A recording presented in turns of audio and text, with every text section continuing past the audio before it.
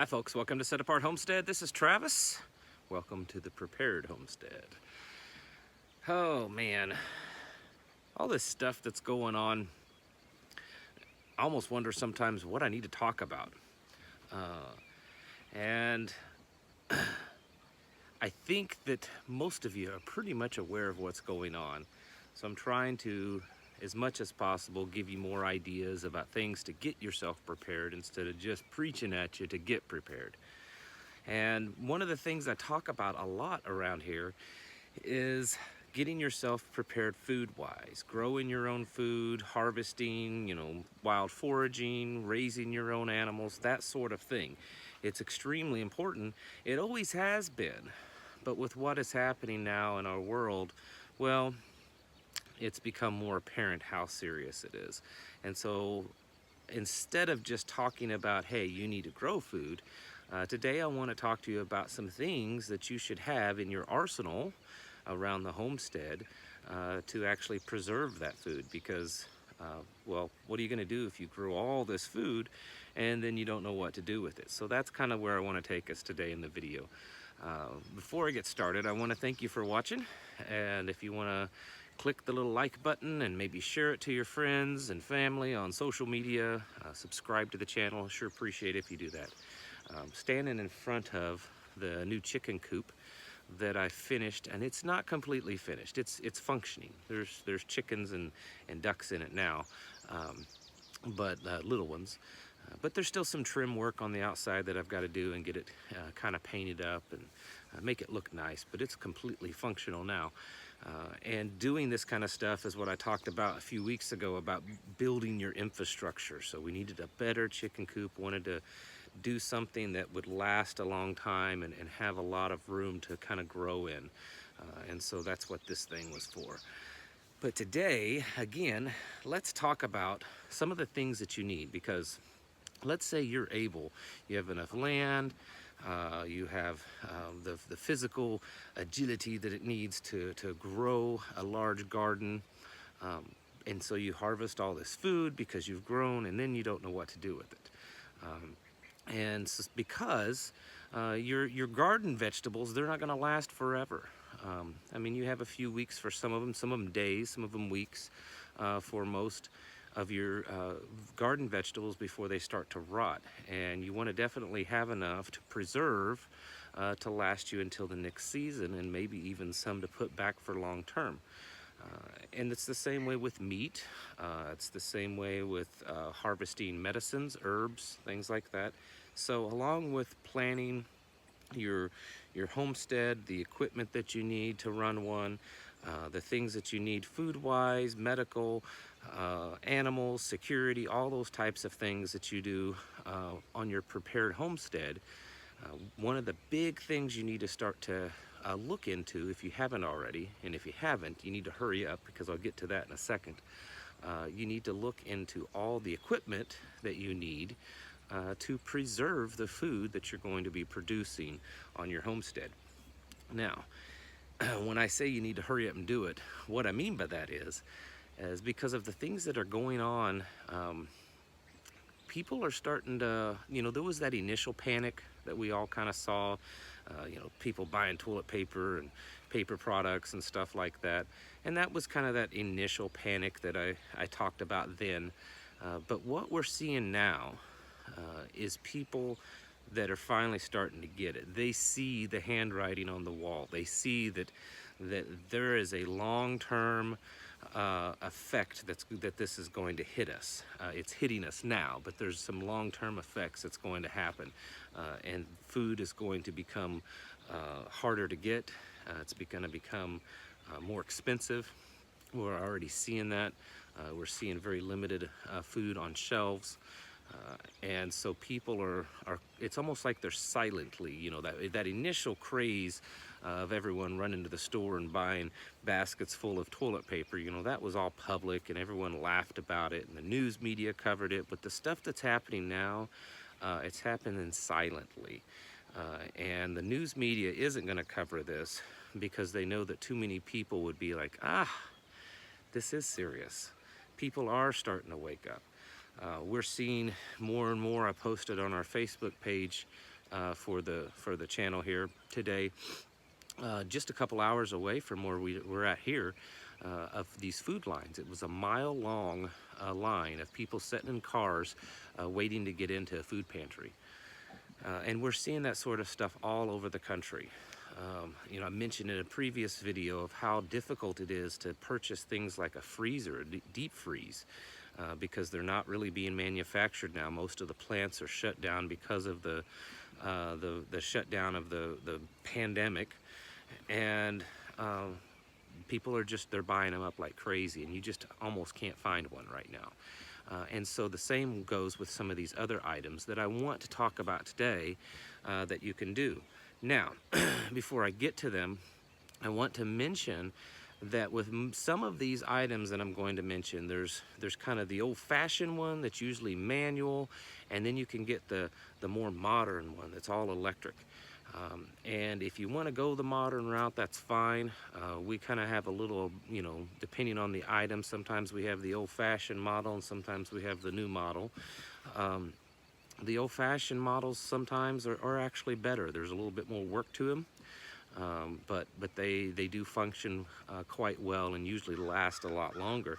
And then some things you can actually manufacture yourself and build. So when you're growing your garden, like I said, you need to have a way to preserve it long term. One of the better ways that's been done for many years is canning your food. So folks, if you've never canned before, you need to learn how. It's really not difficult. I know it's scary for a lot of people that's never done it, and you hear a lot of these stories of it being failures or stories of the canner exploding on you and things like that. But honestly, it's not as difficult as it sounds. And you can do water bath canning. Certain foods you can water bath can. Some of them you have to use a pressure canner, and with the pressure canners you usually have two different styles. You have just your old-fashioned style that you heat on the stove, and you have to kind of watch the gauge and watch the temperature and all that, and there is some danger there if you don't know what you're doing and you don't pay attention. But they do have new ones now that are all digital. These digital canners, and I'm not talking about those Instapot pressure cookers. There's two different things. Just your normal pressure cooker is not necessarily a canner, especially these new digital ones, but they do make them. And they're not terribly expensive. They're usually about the price of the old-fashioned manual kind of pressure canner.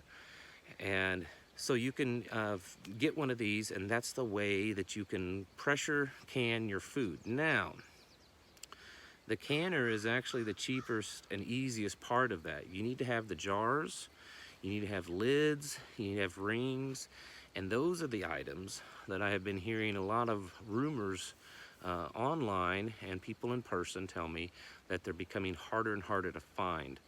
In the last couple of times we've gone out to stores, I have found them, but the canning jars seem to be very limited. They're hard to find. I haven't noticed any shortage around here of lids and rings, which is what you put on top, for those of you that's never canned. That's what you put on top of the jar, and you screw it down, and that's what seals it. I haven't seen around here any shortage of those yet, but I have seen going in places, and their supply of canning jars may only have 1 or 2 cases left. And you need a lot of those, and you need to have more than what you think you need, because you're always going to break one occasionally, and so you need to start stocking up on those. Occasionally you can find canning jars used on places like Facebook and Craigslist. Be careful with those. Number one, if they've got the slightest little crack, it's not going to work. And number two, make sure you're getting actual canning jars. Things like, mayonnaise jars or spaghetti jars and stuff don't always work that well. I've heard of people using certain ones, but generally that's not something you want to use to can in. Try to stick with your name brand jars that are specifically made for canning food. And you need to have a lot of that kind of stuff if you're wanting to preserve a lot of your food. Now, that's not the only way to preserve your garden vegetables. Of course, you can freeze it. So as I've mentioned before, getting a chest freezer or an upright freezer, if you can find one and if you can afford it, it's certainly advisable. Of course, you need electricity. So you'd either have to run it on the grid or have some type of solar off-grid power setup to run that. Or there's also the propane, there's propane ones. But either way, you have to have some type of power source, fuel source to run your freezer. But you can also obviously freeze your vegetables. You can dehydrate certain things. So that brings us to the next thing, is having a dehydrator. Dehydrators, they're very good, and there's a lot of stuff that you can dehydrate. Not just your meat, your vegetables. You can dehydrate eggs. For instance, with us right now, we've got a lot of chickens, and really more eggs than we probably need and can eat. But what we can do is we can dehydrate those eggs and have them for long-term storage. And dehydrated food lasts quite a while, not quite as long as freeze-dried, but next to freeze-dried, dehydrating your foods will last about the longest next to freeze-drying. I mean, and freeze dryers are expensive. Man, I'd love to have one. They're about $3,000 or $4,000. But for the average schmo, a dehydrator, a good one, will only run you between $150 and $200 for a good one. Or this is something that you can build your own. Get online, just do some internet searches on homemade dehydrators. You can build them outside in your yard. And there's all sorts of ideas and plans going out there to give you an idea of how to make one, and it's not too difficult. So a dehydrator is something you need to work on also. And then another way that you can preserve your foods is the old-fashioned root cellar method. Now, not everyone can afford or even has the right kind of land to put a root cellar, but there's some other options. If you look around online of how you can do like a makeshift type root cellar for your root vegetables predominantly. Also your squashes and stuff, they do well over the winter if they're properly stored in a cool place. So you want to also look at those options to preserve your food. Now, something else is about your meat. What if you raise your own meat or if you hunt? You need to have the tools and equipment to preserve that. Obviously, you need to have the right types of knives, meat saws, things like that if you're going to do home butchering, which I would encourage you if you're going to raise your own meat. You need to get to where you can home butcher your animals, because another thing that's we're finding out, not just in our area, but it seems to be pretty standard. I don't know what my dog's barking at over there. I can't see him. He's on the other side of a tree. Who knows? It's getting harder and harder to find your local processors that are able to butcher meat. Most of them, I'm hearing that some of them, I was actually reading the other day that some of them are already booked up to the fall of 2021. That's over a year away, about a year and a half that they're already booked up. And it's becoming difficult to find processors that can process your meat. And so if you're going to raise smaller animals, and I'll admit, your large animals, it's difficult to process on your own. Not saying it's impossible, but it's, I think he's barking at me. He's a pup and he's silly. Your large animals, say like a steer or a heifer, can be kind of difficult for one person to butcher unless you have the right equipment, which can get costly. But things like goats, sheep, chickens, deer for you hunters. That kind of stuff is a lot easier for 1 or 2 people to handle.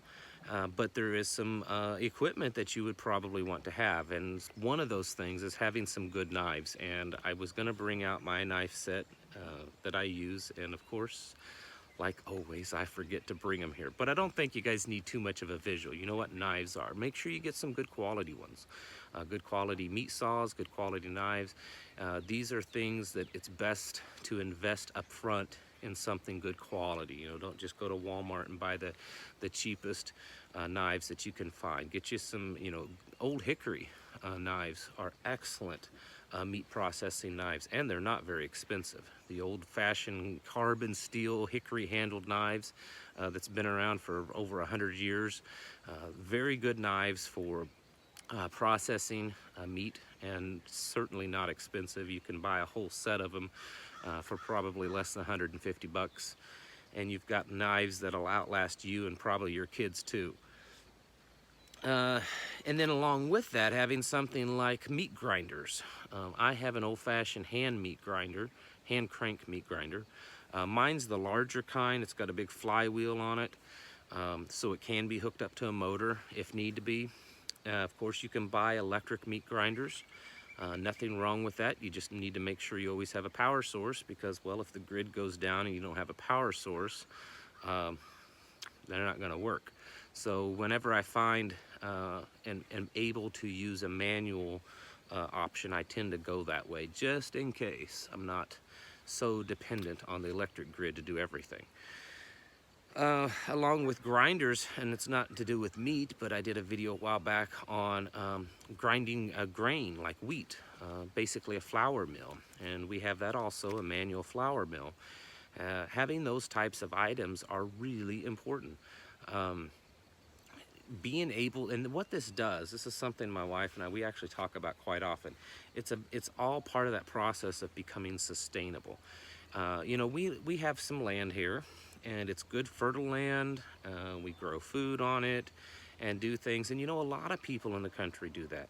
But how sustainable are they? Are they still connected to the system? Do they still have to depend upon the system to provide their needs? And of course, yes, we still go to the grocery store, we still get those kinds of things, but we have the ability, and we're working towards the ability of not being so dependent upon that system. Having the ability to not just have the space to grow your food and to grow and create the things or raise the things that you need, but having the tools to process it. And that's very important. A lot of people, unfortunately, even those that live out in the country, not everyone has the ability to process their own food anymore. They've become disconnected from the old ways.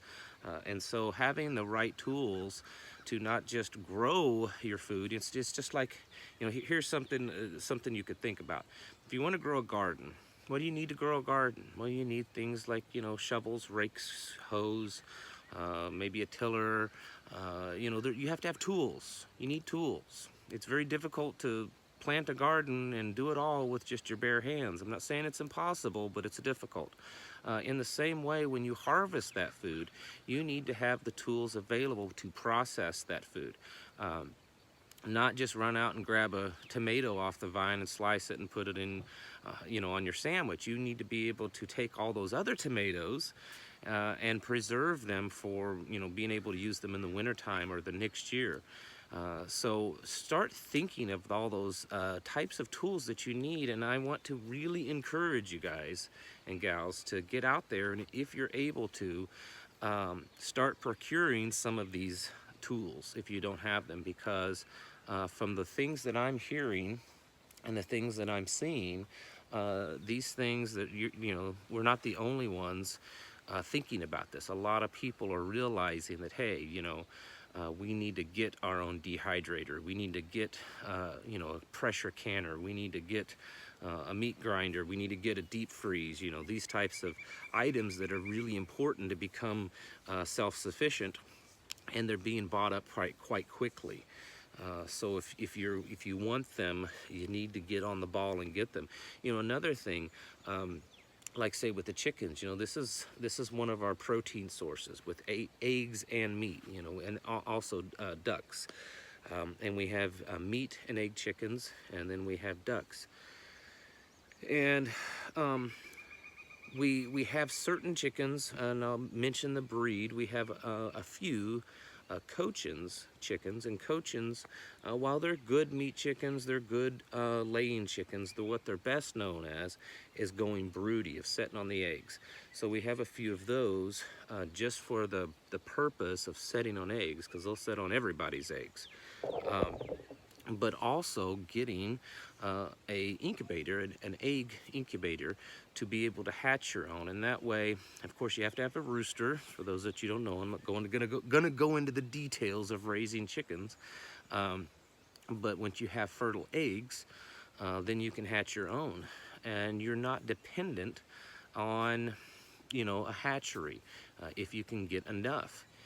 And enough to start off with, so that you have a good flock going, and then you just keep adding to that every year when new chicks hatch out and new ducks hatch. This is a part of that being sustainable, and it's very important for Homestead, and it's something that I talk about often. It's not just growing things, it's being able from the beginning to the end to be able to do it on your own. And a lot of people, they try to incorporate just one part of that sustainability process, and that's fine if you're kind of in the beginning and learning and may not have the resources to go all the way with it. But you need to do your very best to try to complete that whole process of being sustainable. For instance, let's talk about growing food. Start off with seeds that you harvested from the previous year, planting those seeds, growing that food, harvesting that food, preserving, processing that food for long term, and repeating that cycle every year. That is something that is sustainable, and you're not having to go outside of your little homestead to get the things that you need to keep your family going right now, more than ever, more than any time in anyone's life that is watching this video. We need to be getting on the ball and doing a better job every day. I mean, this is something that my wife and I talk about pretty much daily, of what we can be doing to do more. What are some things that we need to add around here, food-wise, whatever it is, to help us to be more sustainable, because we feel the pressure now more than ever, even though we've been in the mindset of this for years. More than ever, we realize now is the time we have to be really self-sufficient, to be sustainable on our own. If we want to avoid those mile-long lines at the food pantries, and then those future lines where people are lined up waiting for government assistance because it's continually getting bad. If we want to avoid that, then we need to be as sustainable as we can now. And so that's what I want to encourage all of you to be doing. Not just trying to grow your own food, but process your own food, process the meat, process the vegetables, having chickens laying eggs and harvesting meat, maybe goats or cows for milk, as much as you can possibly do. And you may not have as much land to do all that on, so maybe you can connect with others. So maybe one family does one thing and another family does another, and you guys can create a little network of sharing this, the fruits of your labor, kind of, or just a bartering system. Whatever it takes, we all need to get on the ball, because folks, there's a whole lot more going on than just a virus, and it's going to get a whole lot worse, I'm afraid. So do what you can to become more self-sufficient, and make that just a daily goal. Keep it in your mind. What are the things that you can do that day to make yourself even more self-sufficient and not dependent upon the systems around us, those systems that are failing and falling apart right before our eyes. All right, thank you all for watching, and I'll catch you in the next video.